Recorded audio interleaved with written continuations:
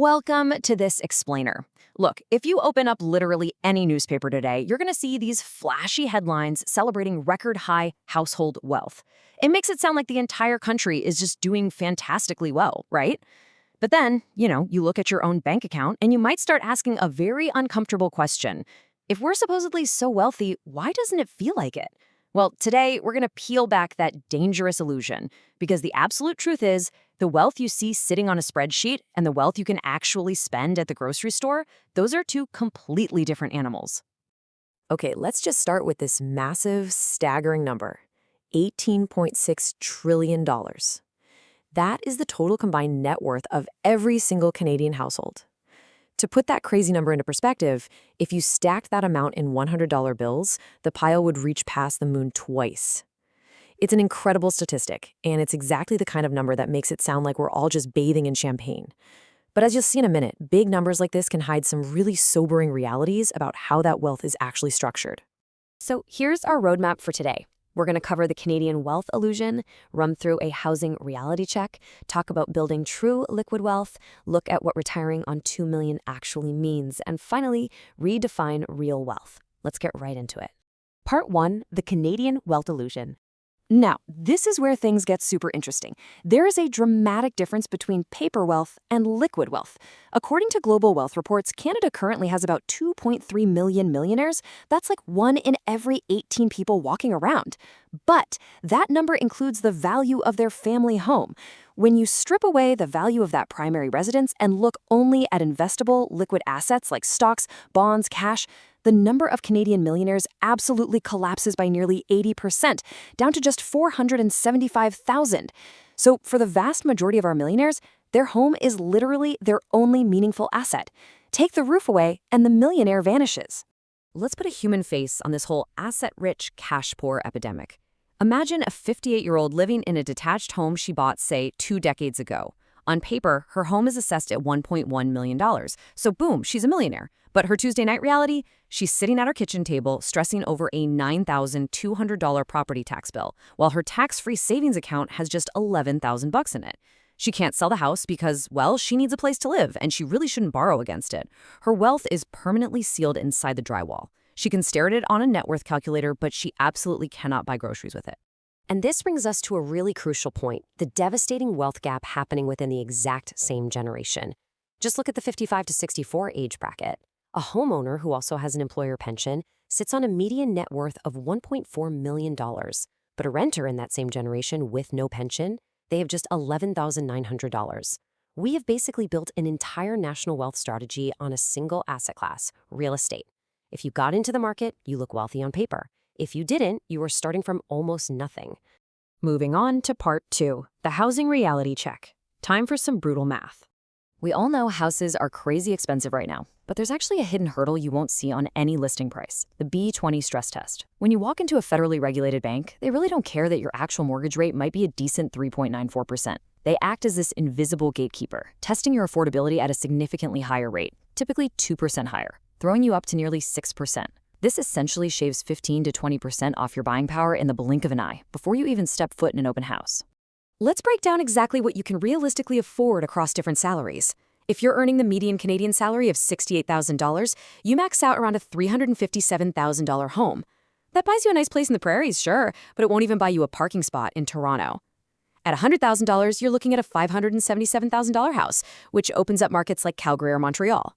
And a dual-income household making $140,000 can push up to about an $810,000 home. But, and this is a big but, this is just the purchase price. Don't forget about hidden budget killers like land transfer taxes, which can be thousands of dollars that you have to pay in straight cash on closing day. So here is the golden rule you need to take away from this section. Cap your housing costs at 30% of your gross monthly income.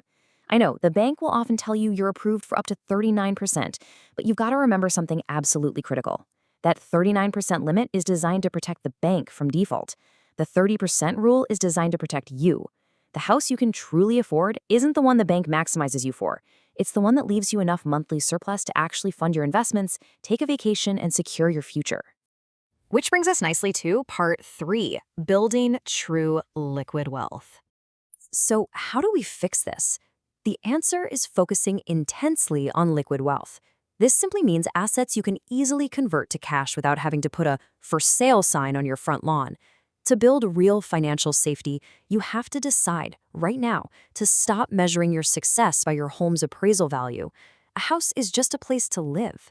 To be truly wealthy, you need to start building a thick financial cushion beneath that roof, assets that can cover an emergency or generate real income while you sleep. When you actually look at the data of people who have liquid wealth, they all share these three incredibly consistent habits. First, consistent budgeting. I know it sounds a bit boring, but they track every single dollar and know exactly what their surplus is. Second, automated investing.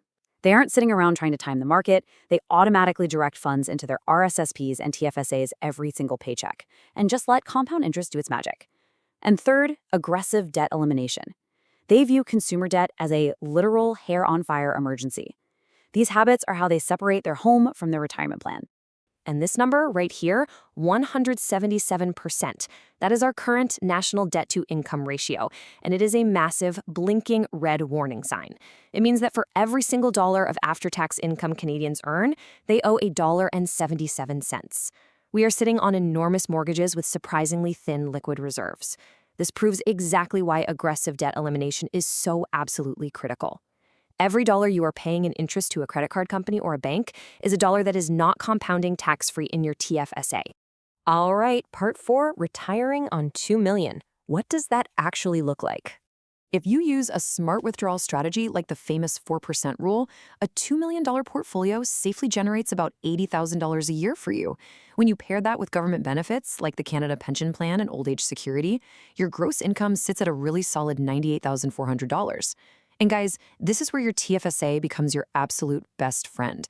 Because TFSA withdrawals are totally tax-free, they do not count as income, which means they won't trigger clawbacks on those government benefits. It is just an incredibly efficient way to keep more of your own money. Now, I hate to be the bearer of bad news, but $2 million isn't buying you private jets and super yachts anymore. It is a very practical tool that covers Tuesday morning realities. We're talking $4 to $6 grand for property taxes, $10 to $12 grand for good groceries, private health insurance, and maybe $15 grand for travel, which, hey, is enough for 2 really nice international trips a year. You are living very well, you have breathing room, but you absolutely still need to be mindful of your budget.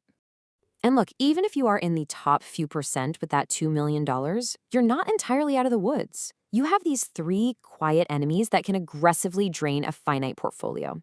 First is the sequence of returns risk. Basically, a market crash in your very first year of retirement is way more damaging than one 15 years down the line.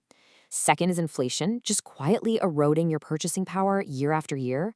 And third is long-term care costs, which can easily run $50,000 a year out of pocket and drain a portfolio unbelievably fast. You really have to plan for these.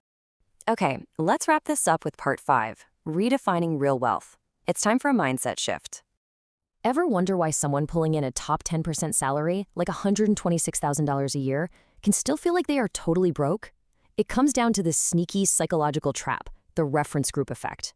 Your brain doesn't measure your wealth on a global scale. It measures it against your neighbor who just bought a brand new boat or your coworker leasing the luxury SUV.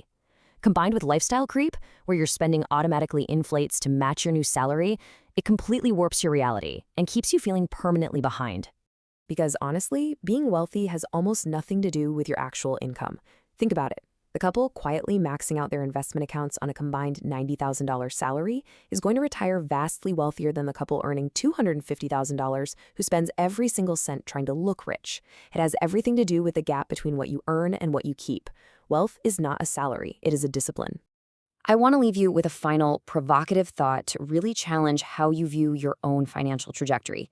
Are you building paper wealth, the kind that's trapped in the drywall of a house, looking amazing on a spreadsheet but offering zero daily relief? Or are you building real freedom, liquid wealth that gives you actual options, protects you from emergencies, and most importantly, buys back your time?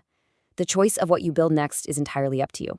Thank you so much for joining me for this explainer, and I truly hope this gives you a completely new lens to look at your financial future through.